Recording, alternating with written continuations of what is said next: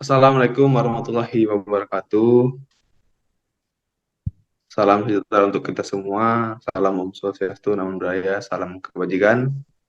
Alhamdulillahirrahmanirrahim ala asrafil anbiya wal mursalin wa ala alihi wa sahbihi ajma'in amma ba'd. Yang terhormat Bapak Januar Eko Aryansah, SIP, SH, MSI, selaku dosen pengampu mata kuliah Sistem Hukum Indonesia. Di sini kami dari kelompok 1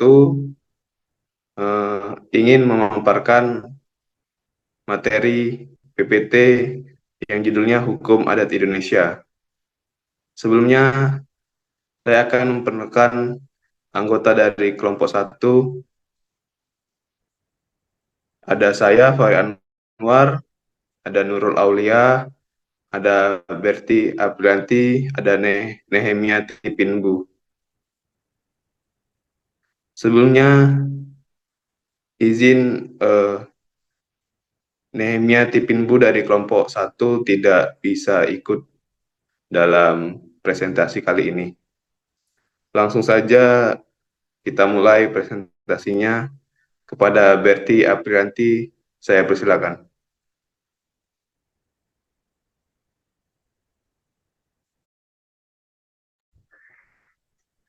Yang pertama yaitu pengertian hukum adat. Istilah hukum adat sebenarnya tidak dikenal di dalam kehidupan masyarakat, dan masyarakat hanya mengenal kata adat atau kebiasaan. Adat rek yang diterjemahkan menjadi hukum adat dapat disebut sebagai hukum kebiasaan.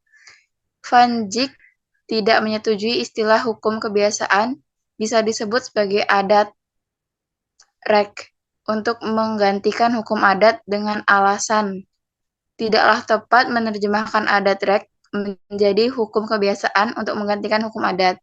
Karena yang dimaksud dengan hukum kebiasaan adalah kompleks peraturan hukum yang timbul karena kebiasaan.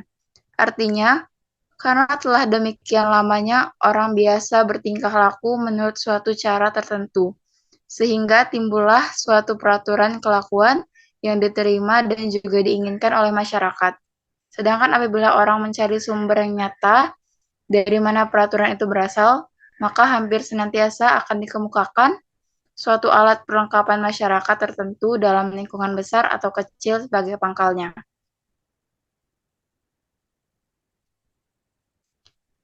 Yang kedua yaitu sejarah hukum adat. Adat istiadat pada hakikatnya sudah terdapat pada zaman kuno. Zaman pra-Hindu, adat istiadat yang hidup dalam masyarakat pra-Hindu menurut ahli-ahli dalam bidang hukum adat adalah merupakan adat Melayu Polinesia. Setelah itu, datang kultur Hindu, kultur Islam, dan kultur Kristen yang masing-masing mempengaruhi kultur aslinya, yang sejak lama menguasai tata di kehidupan masyarakat Indonesia sebagai suatu hukum adat. Sehingga hukum adat yang kini hidup pada masyarakat adalah hasil akulturasi antara peraturan-peraturan adat istiadat zaman pra-Hindu dengan peraturan-peraturan hidup yang dibawa oleh kultur Hindu, kultur Islam, dan kultur Kristen. Setelah terjadi akulturasi tersebut, maka hukum adat atau inlatrek menurut Van Vollenhoven terdiri dari inlandsrek atau hukum adat atau hukum pribumi, dibagi menjadi yang tidak ditulis atau jus non scriptum, ketentuan hukum agama, dan yang ditulis jus scriptum, hukum asli penduduk. Hukum adat di Indonesia. Sebelum kedatangan VOC, belum ada penelitian tentang hukum adat, karena adanya kepentingan atas negara jajahannya, atau menggunakan politik opportunity. Maka Heren 17 atau pejabat di negeri Belanda yang mengurus negara-negara jajahan Belanda mengeluarkan perintah kepada jenderal yang memimpin daerah jajahannya masing-masing untuk menerapkan hukum Belanda di negara jajahan atau Indonesia, tepatnya yaitu pada tanggal 1 Maret 1621, yaitu pada pemerintahan De Carpenter yang sebelumnya mengadakan penelitian dahulu dan akhirnya sampai pada suatu kesimpulan bahwa di Indonesia masih ada hukum adat yang hidup.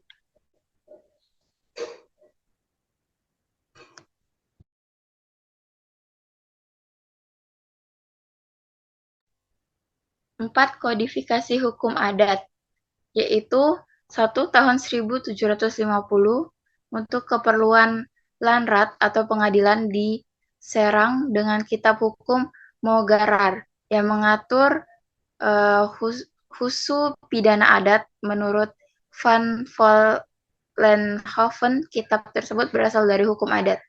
Yang kedua, tahun 1759, Van Clausewitz mengeluarkan kitab yaitu Compendium atau pegangan yang terkenal dengan Compendium Van Clausewitz mengenai undang-undang bumi putra di lingkungan Krator, Bone, dan Gua. Yang ketiga yaitu Compendium Fraser tentang peraturan hukum Islam mengenai nikah, talak, dan warisan. Yang ketiga itu Hassiller.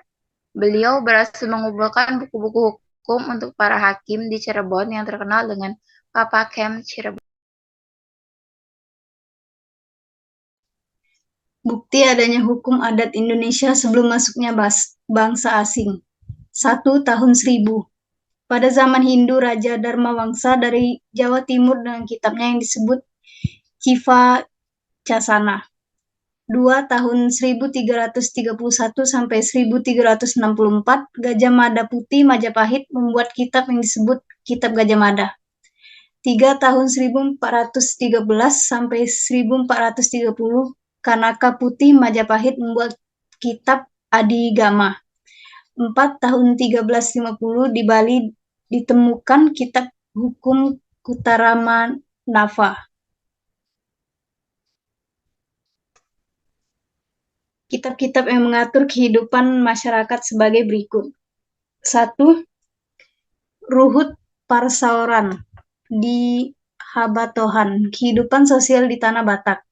Patik Dohot Uhum di Halak Batak, undang-undang yang ketentuan Batak. 2. Undang-undang Jambi. Undang-undang Simbur Cahaya, undang-undang tentang tanah di dataran tinggi daerah Palembang. 4. Undang-undang 20, undang-undang tentang hukum adat delik di Minangkabau. 5. Amanagapa, peraturan tentang pelayaran dan pengangkatan laut bagi orang-orang Wajo. 6. Awik-awik, peraturan subak dan desa, dan agama desa, peraturan desa yang ditulis dalam daun lontar. Contoh kasus, hukum potong jari di Papua, khususnya suku Dani. Tradisi potong jari ini dikenal dengan istilah iki palek. Pemotongan jari dikatakan sebagai simbol kehilangan yang ekstrim. Keinginan untuk memotong salah satu ruas jari juga menjadi bukti kesetiaannya kepada keluarganya. Karena jari merupakan lambang keharmonisan, persatuan, dan kekuatan pada manusia dan keluarga.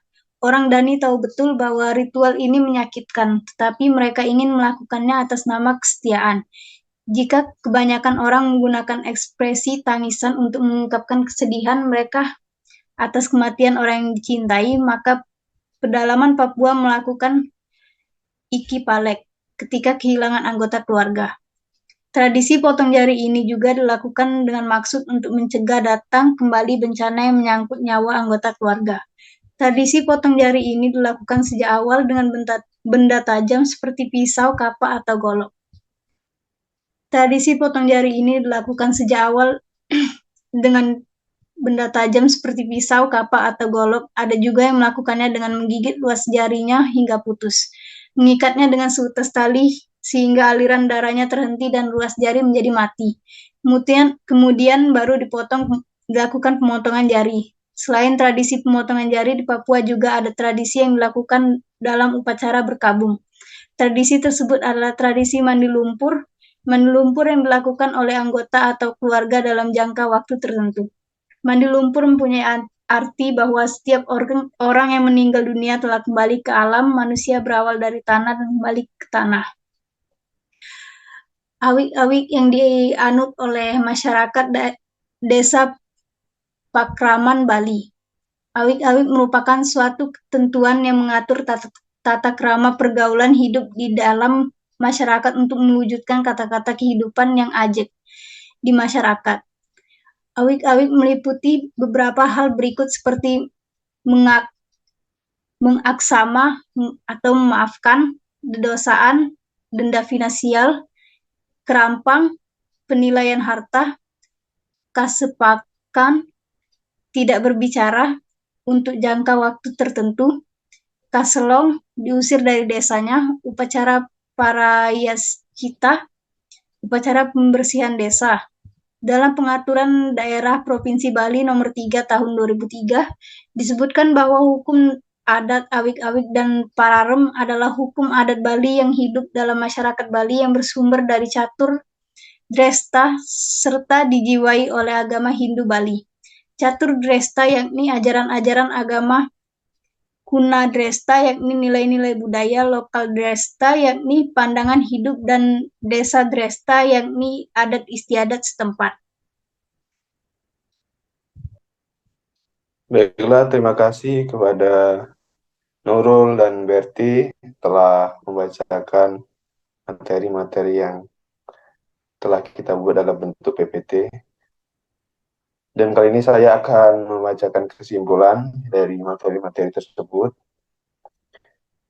Kesimpulannya adalah, sejak awal manusia diciptakan, telah dikaruniai akal, pikiran, dan perilaku yang ketiga hal ini mendorong timbulnya kebiasaan pribadi. Dan apabila kebiasaan ini ditiru oleh orang lain, maka ia akan menjadi kebiasaan orang itu, dan seterusnya sampai kebiasaan itu menjadi adat. Jadi, adat adalah kebiasaan masyarakat yang harus dilaksanakan oleh masyarakat yang bersangkutan. Adat sering dipandang sebagai sebuah tradisi, sehingga terkesan sangat lokal, ketinggalan zaman, tidak sesuai dengan ajaran agama, dan lain-lainnya.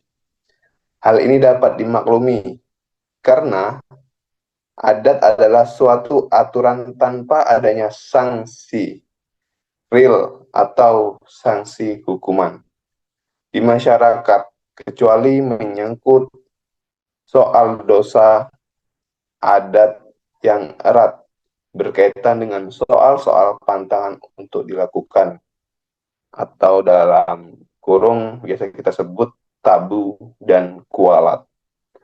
Terlebih lagi munculnya istilah-istilah adat budaya dan adat istiadat. Saran kami di sini membuat saran.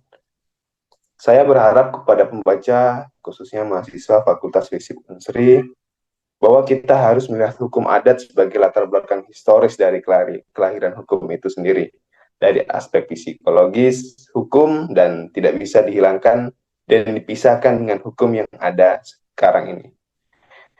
Dan diadakannya studi kasusnya mahasiswa FISIP untuk langsung turun ke lapangan hukum adat yang ada dalam masyarakat agar pendatailan data dan esensi hukum adat sendiri lebih nyata. Baiklah, matur nuwun, terima kasih. Cukup sekian paparan materi yang bisa kami sampaikan kepada teman-teman yang menonton. Terima kasih kepada teman-teman yang sudah memaparkan materi. Terima kasih kepada Pak Januar Eko Aryansah. Terima kasih. Kami mengakhiri presentasi pada kesempatan ini. Apabila ada kata-kata yang tidak enak, mohon dimaafkan kepada Allah. Saya mohon ampun. Akhir kata, wabillahi taufiq wal hidayah, wal ridho wal inayah. Wassalamualaikum warahmatullahi wabarakatuh.